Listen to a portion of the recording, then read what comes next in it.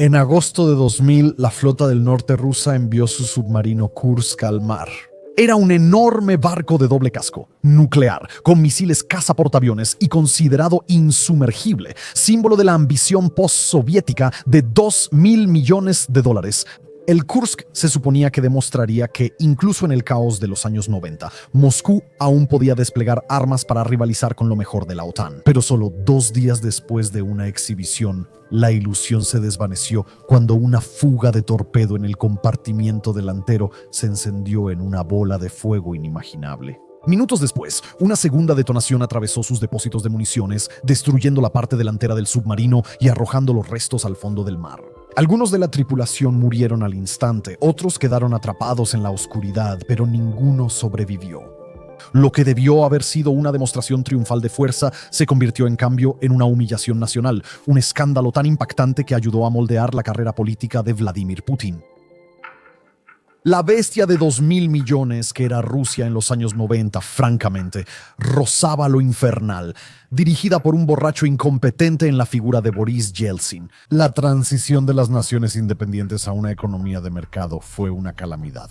Las llamadas reformas de terapia de choque, que rápidamente eliminaron los subsidios estatales y privatizaron las industrias estatales para forzar una transición rápida al capitalismo, habían provocado hiperinflación. Eliminó los ahorros, disparó el desempleo y, a través de todo eso, llevó a millones a la pobreza. Añade una explosión de corrupción en todos los niveles del gobierno. Guerras brutales en Chechenia, la crisis constitucional que llevó a que el edificio del Parlamento fuera bombardeado por tanques, mafiosos expandiendo sus operaciones y actuando con casi total impunidad. Y el surgimiento de la oligarquía, mientras expeces gordos soviéticos aprovechaban vacíos legales en una privatización mal planeada para adueñarse de grandes sectores económicos. Y sí, probablemente puedes entender a qué nos referimos cuando decimos que rozaba lo infernal. Y durante todo eso, tanto Boris Yeltsin, en sus raros momentos de sobriedad, como su gobierno en general, insistían en que Rusia era uno de los grandes en el escenario mundial, tal como lo había sido la Unión Soviética antes. Entra el Kursk, un submarino de la clase Proyecto 949A, conocido en Occidente como clase Oscar II. Un submarino de misiles de crucero propulsado por energía nuclear que fue construido en 1990 antes del colapso y puesto en servicio en 1994 después del colapso. Era tanto la joya de la corona de la flota del norte como una analogía de todo el ejército ruso en ese entonces, una herencia soviética que apenas podían permitirse operar. Eso seguiría funcionando, ocurriera lo que ocurriera, por el bien de las ambiciones mencionadas. Era una nave enorme, de 24.000 toneladas sumergida, según Alexander Baker y Lars Balder, en el rescate del Kursk. Y también tenía una longitud de 154 metros de proa a popa, con una manga de 182 metros. Para ponerlo en contexto, era casi tan larga como 2 aviones Jumbo 747 y tan ancha como una carretera de 5 carriles. Caray, eso es enorme. La energía de 2 reactores nucleares le permitía alcanzar 30 nudos en superficie y 28 sumergido, nada mal. A plena carga de 9.500 toneladas pesaba casi igual que la Torre Eiffel. Y gracias a su propulsión nuclear, su alcance era ilimitado. Esencialmente, de todos modos, tendría que detenerse de vez en cuando para reabastecerse de comida, pero en términos reales era ilimitado. El mayor fuerte del Kursk era su potencia de fuego. Llevaba 18 torpedos y hasta 24 misiles de crucero P-700 Granit, conocidos como SSN, 19 shipwrecks en la nomenclatura de la OTAN. El Granit era un misil supersónico antibuque que volaba bajo con una ojiva de 750 kilogramos y velocidad Mach 15, aunque algunas fuentes mencionan hasta Mach 25 en lanzamientos en enjambre. Se comunicaban en vuelo usando un misil designador líder que volaba más alto. Recibía los datos, analizaba variables y trazaba automáticamente un curso de ataque efectivo. Naturalmente, esa capacidad era algo bastante importante en ese momento. Y el P-700 sin duda estaba entre los mejores misiles antibuque del mundo, aunque hace mucho tiempo fue superado tanto por su propia evolución. El P-800 Onyx y los diseños occidentales, como el misil Naval Strike, que vienen equipados con capacidades aún más sofisticadas. Aunque los dientes del Kursk eran afilados, su cuerpo también era fuerte, tenía doble casco. Revestimiento exterior de acero ostentático, no magnético y resistente a la corrosión. Y casco de presión interior de 5 centímetros de grosor. Había un espacio de más de 2 metros entre ellos para absorber impactos de torpedos y colisiones. Y solo porque a los artefactos navales les encanta tentar al destino, sí. Los diseñadores describieron al Kursk como insumergible. Sin embargo, de manera molesta, no tenemos idea de quién es realmente el autor original de esa afirmación. Porque aunque los 4 libros que consultamos para producir el episodio de hoy insisten en que se dijo, ninguno menciona por quién. ¿Y la rareza soviética obligatoria para el Kursk? Todo surgió del hecho de que sus diseñadores realmente se esforzaron por hacerla tolerable. Podemos decir que incluso era agradable servir ahí, como mencionó Roberto Moore en su libro A Time to Die. Para el submarinista ruso, el Kursk era un barco cómodo. Contaba con sauna, sala de recreación y hasta un acuario. Todo esto no fue barato. Al final, el Palacio Palaszczuk sumergido costó $1.000 millones estadounidenses. En servicio desde 1994, según Moore, eso serían unos 21.000 millones hoy ajustando por inflación. Podemos decir, según ese resumen, que Kursk parece un buen barco, ¿no crees? Un sueño para el nuevo Estado ruso. Un arma de primera línea a medio construir a la que solo tenían que darle los últimos toques, la cual podría servirles diligentemente durante años mientras sus capacidades generales colapsaban por completo en medio del caos postsoviético. Excepto que no, ya sabemos que eso no es lo que sucede. Las buenas máquinas no explotan y dejan a toda su tripulación muerta en el fondo del mar, ¿verdad? Kursk era el símbolo perfecto de la Rusia de los 90. Impresionante, fuerte, con herencia soviética, pero llena de defectos ocultos que nadie quería admitir. No era una máquina de ensueño, sino una bomba de tiempo en acero. En agosto de 2000, el reloj se detuvo. Problemas tempranos. La advertencia realmente ya estaba ahí, porque el Kursk tenía muchos más problemas que solo el catastrófico que la hizo perderse con toda su tripulación en ese día fatal. El principal problema era el mantenimiento. Cuando empezó a operar, la infraestructura de apoyo de la flota del norte ya colapsaba. Y al ser puesta en servicio el 30 de diciembre de 1994, ni siquiera habían pasado 4 años desde el colapso de la Unión Soviética, que ocurrió formalmente, al menos, el 31 de diciembre de 1991. El libro de Moore narra cómo se cargaban armas en la base naval de Vidyajevo, una instalación modesta cerca de Noruega y Finlandia, con grúas oxidadas de décadas de antigüedad, y cómo los torpedos simplemente se subían a mano a bordo, como si los relojes se hubieran encontrado a sí mismos, retrocediendo hasta la época de Stalin. Las tripulaciones decían que las inspecciones de seguridad eran solo papeleo y los oficiales aprobaban municiones aunque estuvieran viejas o en mal estado. Quiero decir, ¿qué era ese gobierno apenas funcional que a veces incluso tenía problemas para entregarles sus cheques de pago? ¿Alguien iba a empezar a tomarse la seguridad en serio y mandar a un tipo a revisar? No, por supuesto que no, así que solo firma el maldito papeleo y luego regresa al comedor a poner los pies en alto, y luego estaban los incendios. Los submarinos soviéticos solían incendiarse espontáneamente, incluso antes de que el 1957 el M256 explotó en la sala de máquinas en el Golfo de Finlandia, se incendió y hundió, perdiendo a 28 de 35 tripulantes. En 1962, el B-37 en la base naval de Polani tuvo un incendio eléctrico en la sala de torpedos. Los 11 explotaron y se perdieron 122 vidas, recuperándose su ancla a casi 2 kilómetros de distancia. 5 años después, el K-3, el primer submarino de propulsión nuclear de la Marina Soviética, sufrió un incendio accidental mientras transitaba por el mar de Noruega, causando la muerte de 39 personas.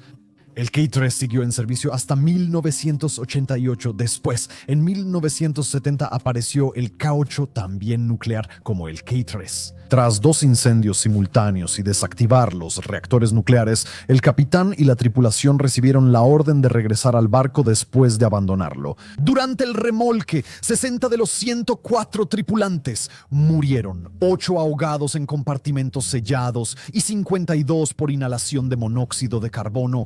Y podríamos continuar, ya que estos incidentes fueron constantes durante el periodo soviético, pero ya entiendes la idea. Como dicen, la manzana no cae lejos del árbol. Kursk continuó la tradición de sus predecesores, con Peter Truscott en su libro, curiosamente titulado Kursk, indicando que sufrió un grave incendio eléctrico en 1994 antes de entrar en servicio, al igual que otros incendios y accidentes relacionados con fuego registrados discretamente en la documentación naval y luego archivados para ser olvidados. Suena seguro, ¿verdad? Especialmente sus compartimientos de baterías, cableado y bahías de armas estaban peor en ese aspecto. Kursk se suponía que debía ser moderna, pero en realidad era tan inflamable como sus predecesores y sus sistemas de emergencia. Parecían bien, pero fallaron al aplicarlo. La boya de emergencia de Kursk, que debía flotar a la superficie en caso de peligro, fue soldada en el astillero para evitar que se soltara por accidente. Moore concluye que sus cámaras de escape estaban tan mal diseñadas que no eran para que la tripulación escapara, sino solo para usarse con un sumergible de rescate. En otras palabras, si algo fallaba, quedabas encerrado hasta que alguien llegara a rescatarte, si es que lo hacían. Esto reflejaba un problema más profundo. Según Truscott, la tradición naval rusa era de secretismo, negación y exhibicionismo. Los problemas no se reportaban hacia arriba a menos que pudieran convertirse en un arma para clavarle en la espalda a alguien que buscaba el mismo ascenso que tú. Por eso las fallas seguían sin resolverse y se ignoraban.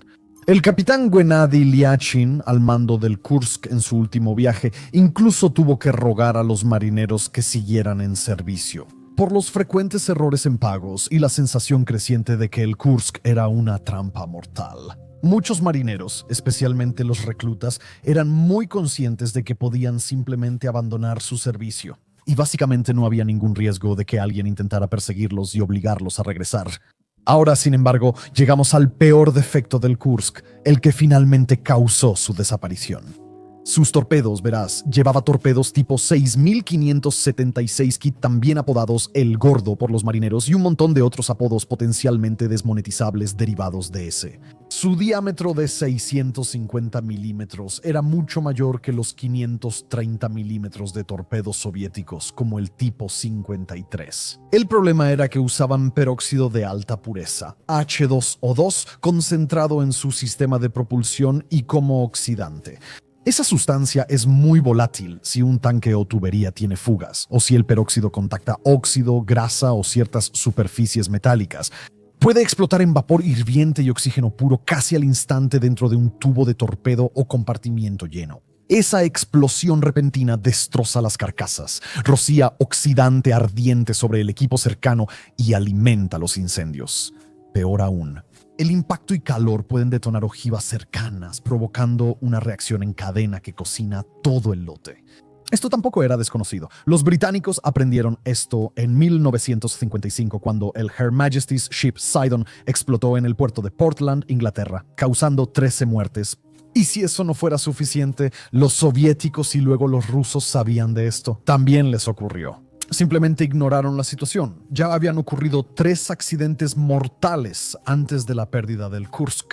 Además, funcionaban poco, ya que entre 1977 y 2000 casi un tercio de los lanzamientos de prueba fallaron. ¿Y qué es peor que un torpedo peligroso y mal diseñado, además de viejo, como los que tenía el Kursk, fabricados en la RSS de Kazajistán en 1990 y modernizados en 1993?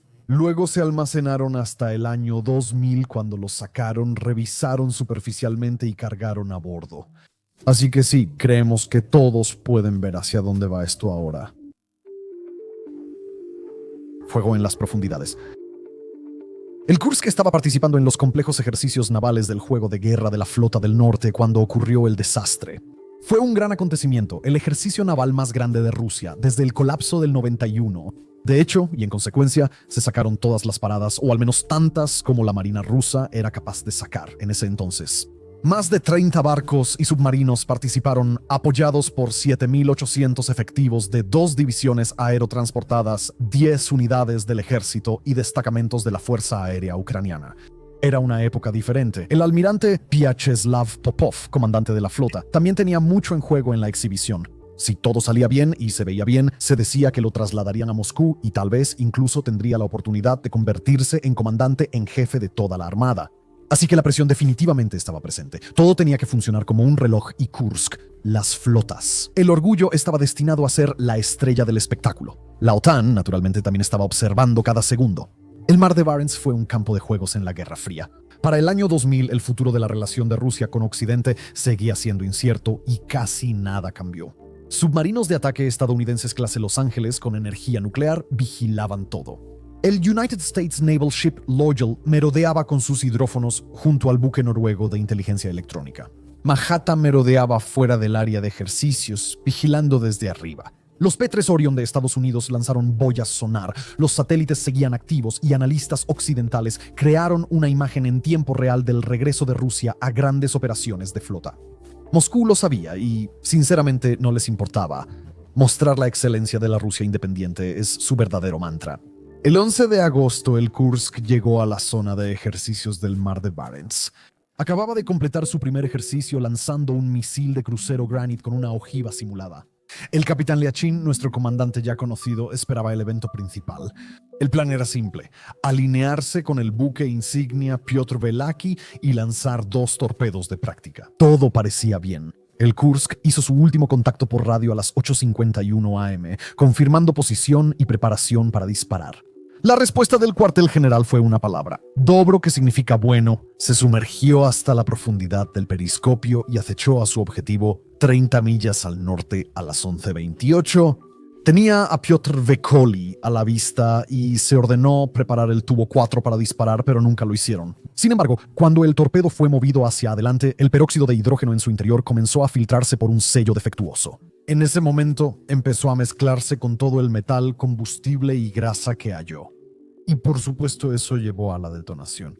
Una enorme bola de fuego, que se cree alcanzó más de 8000 grados Celsius, estalló desde el compartimiento de torpedos, por la costumbre de los marineros rusos de dejar la puerta abierta para ahorrar calefacción, pese a las reglas. La bola de fuego cruzó el submarino y llegó al puesto de mando central, donde Liachin, su segundo y los oficiales aún estaban de pie.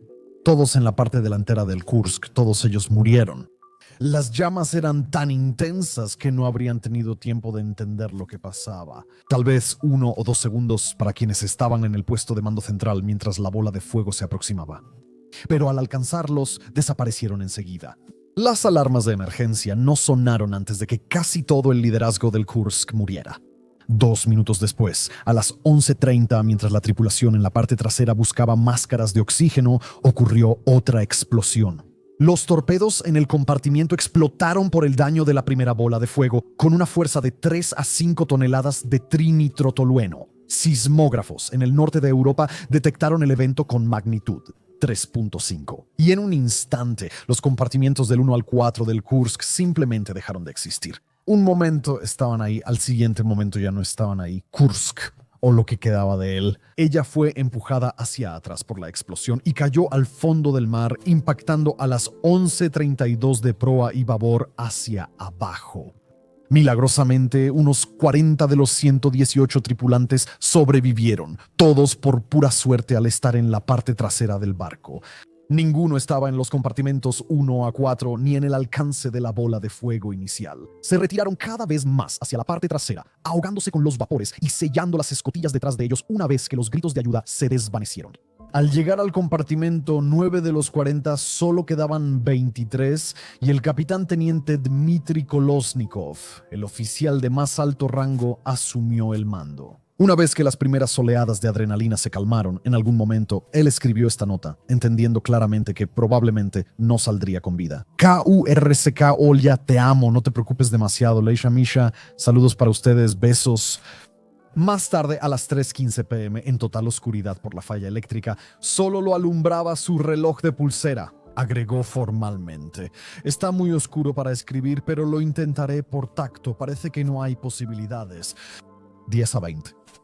Esperemos que alguien lea esto. Aquí está la lista del personal de las secciones 6, 7 y 8 que se ha trasladado al 9º compartimiento. Intentaremos salir. Saludos a todos, no se desesperen. Kolásnikov, el suboficial mayor Andrei Boroslov II, escribió una carta y la selló en una botella para asegurar su supervivencia. Hasta donde sabemos, esta tampoco se ha publicado antes en inglés, ya que solo pudimos encontrarla buscando a fondo en Rambler, un agregador de noticias en ruso.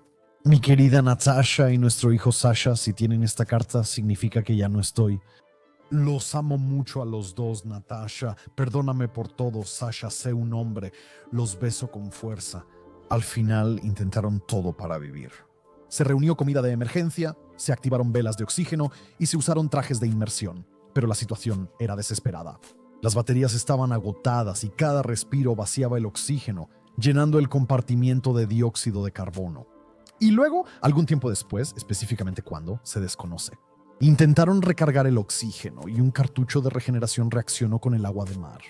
Un incendio repentino arrasó el compartimiento, quemando a 3 sobrevivientes y consumiendo el poco oxígeno restante. No pasó ni un minuto después cuando todos a bordo del Kursk habían fallecido. 2 meses después, al abrir la escotilla trasera, los buzos hallaron cuerpos acurrucados en la oscuridad, algunos aún con trajes de inmersión.